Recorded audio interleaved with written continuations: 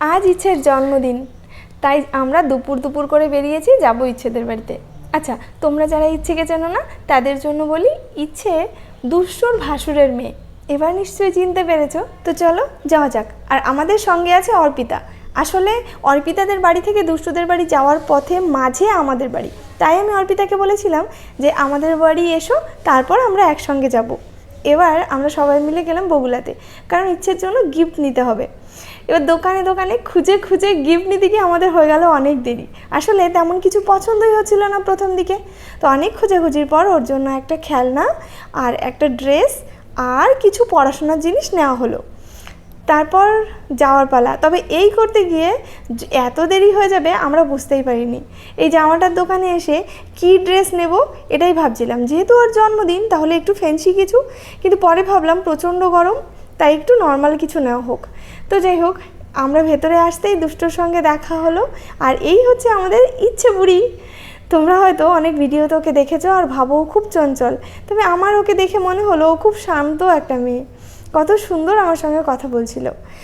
তারপর সবার সঙ্গে দেখা হলো, কথা হলো, ছবি তোলা হলো।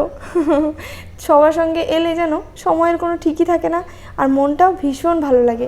হঠাৎ করেই রশনির সঙ্গে দেখা। আমি তো অবাক যে ও এখানে এসেছে, আমি তো ভাবতেই পারিনি।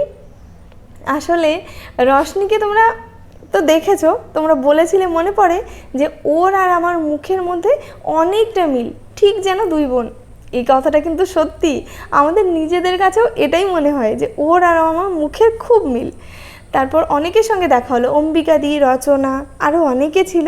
সবার সঙ্গে গল্প হলো, অনেক কথা হলো। আর আমাদের মিষ্টু রানী কী করছে দেখো, যে ছোট ছোট বাচ্চাগুলো এসছে তাদেরকে জিভ দেখাচ্ছে। এবার বাবা বলছে কী করছিল দেখি, দেখাও দেখি। ওই দেখো এভাবে ঠিক জিভ দেখাচ্ছিল, ওই দেখো। ছোট্ট যন্ত্রের মাঝে দেখা চেনা মুখগুলো হঠাৎ করেই যখন সামনে আসে ঠিক কেমন যে হয়। তো যাই হোক, ভীষণ ভালো লাগে। এই চেনা মুখের মাঝে আমি এই মুখখানাকে খুঁজছিলাম যে একটু দেখা হবে। অনেকক্ষণ পর দিদির সঙ্গে দেখা হলো। বললো কিছু মনে করো না, যেন অনেক সময় অনেক কাজে ব্যস্ত ছিলাম, তোমার সঙ্গে দেখাই হয়নি। আমি বললাম কোনো ব্যাপার না, তুমি কি বলছো, আজ ইচ্ছের জন্মদিন, তুমি তো ব্যস্ত থাকবেই, এটাই তো স্বাভাবিক। দিদি বলছে খেয়ে নিও কিন্তু। তো আমরাও চলে এসেছি খাওয়ার টেবিলে, কারণ বাড়িও ফিরতে হবে। আর আমরা একসঙ্গে বসেছি, রশনি, অর্পিতা, আমি আর মিষ্টু। আর এদিকে আরও সবাই আছে, দূর থেকে বোঝানো গেল না।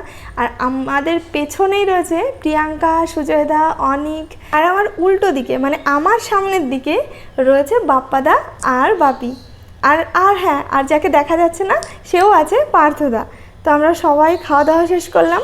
এর মাঝে কত গল্প। আসলে খেতে বসলেও এই যে একসাথে আছি, খাওয়ার থেকে বেশি গল্পটা হয়ে যায়। ওরা আমাকে বলছিল রিভিউ দাও তো কেমন হয়েছে, আমি বললাম দারুণ। তো যাই হোক, খাওয়া দাওয়া হলো। তবে তোমাদের একটা কথা জানাই, আমাদের এই খাওয়া দাওয়ার ঠিক পরবর্তী মুহূর্তে দুষ্টু ভীষণ অসুস্থ হয়ে গেছিলো, যার জন্য এর পরের তেমন কোনো ভিডিও নেই, আর একবারে বাড়ি ফেরার ভিডিও। তো যাই হোক, তোমরা সবাই জানিও যে কেমন লাগলো আজকের ভিডিওটা।